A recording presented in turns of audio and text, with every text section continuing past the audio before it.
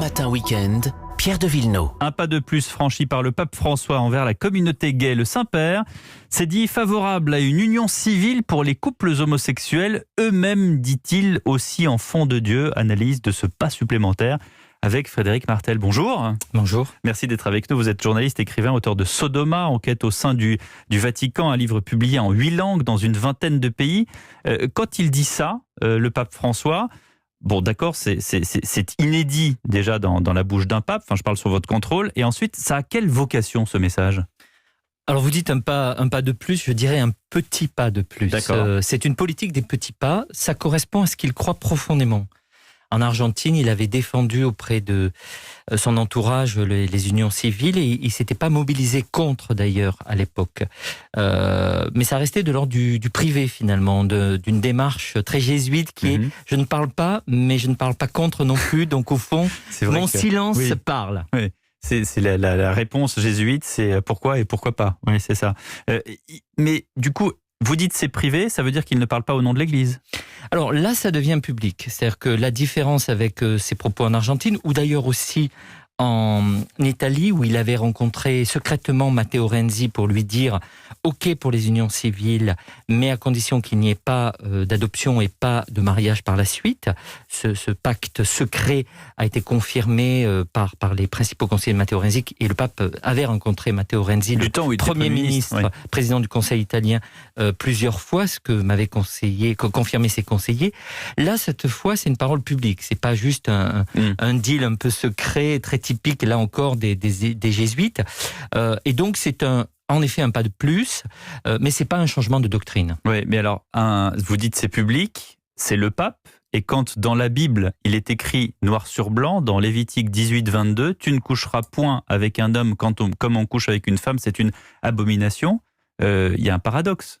Voire une césure. Oui et non. Enfin, vous savez, la Bible, on peut lui faire dire ce qu'on veut. Il y a aussi des scènes homosexuelles dans la Bible. Il y a aussi dans les évangiles tout un tas de propos qui prêtent à commentaire. D'ailleurs, tout le débat, c'est quelle est l'interprétation qu'on fait de ces textes très variés. Il y a énormément de choses dans la Bible, d'assassinats, de meurtres de fils, qu'on n'accepterait pas aujourd'hui. Donc, il y a toujours une interprétation de la Bible. Ce qui est important, c'est que c'est une parole d'un pape qui dit le fond de sa pensée, le fond de son cœur, mais en même temps, ce n'est pas une position de doctrine dans la mesure où c'est pas un synode qu'il a décidé, c'est pas non plus d'ailleurs même une parole à Rome. Surtout qu'on a un conseil des cardinaux qui lui est très très conservateur. Voilà, alors c'est un conseil, ce qu'on appelle le collège cardinalis, qui évolue, puisque ceux qui ont été nommés sous Jean-Paul II sont presque tous plus âgés que 80 ans, donc ils ne votent plus, et même ceux qui ont été désignés sous Benoît XVI sont aujourd'hui assez vieux. C'est effectivement un collège vieux, un collège très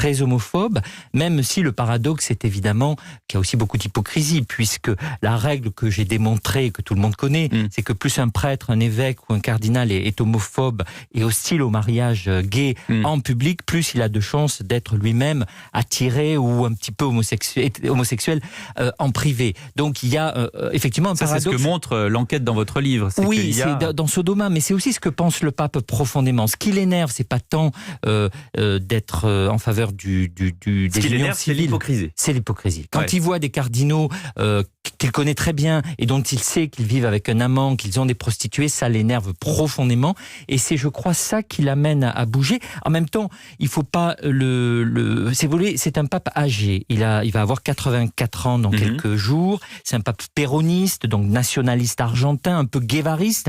C'est un jésuite. Vous savez combien on aime les jésuites en France, hein, depuis Michelet, Voltaire, Rousseau, Rimbaud même. Les Français n'ont pas un rapport très simple avec les jésuites. Donc c'est pas un pape dont il faut s'attendre qu'il ira à la Gay Pride à Rome dans les semaines à venir.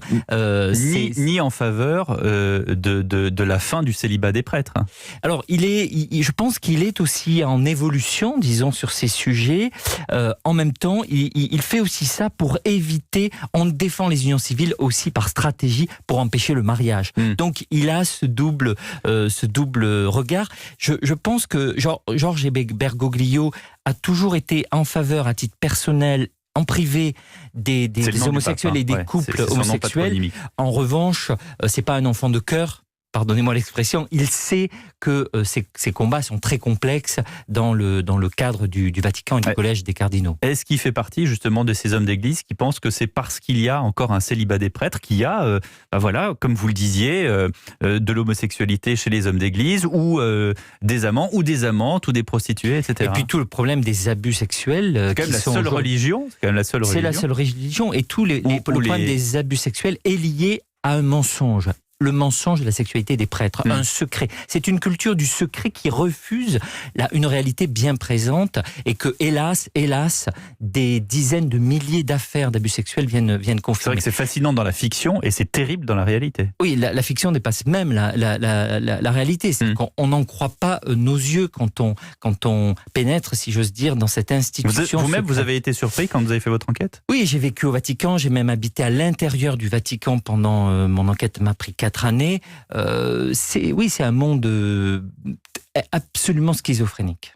Vous avez été approché par des hommes d'église ?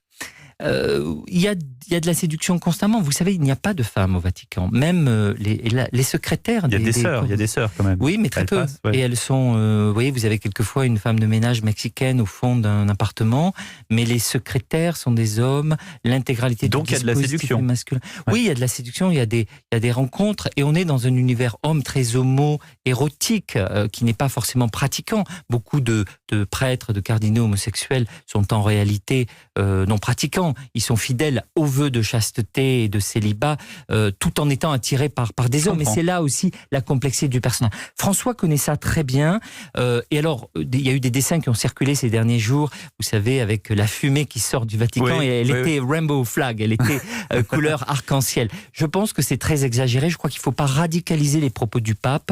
Je crois qu'il dit un sentiment personnel d'humanité, comme quand il avait dit « Qui suis-je pour juger ?» Admirer la prouesse jésuite. Qui suis-je pour juger ? C'est une réponse à une question par une autre question. Il ne répond pas. Il dit qui suis-je pour juger ? Et là, c'est un peu pareil. C'est un documentaire dans lequel l'interview a été rajoutée, qui est diffusé pas en direct.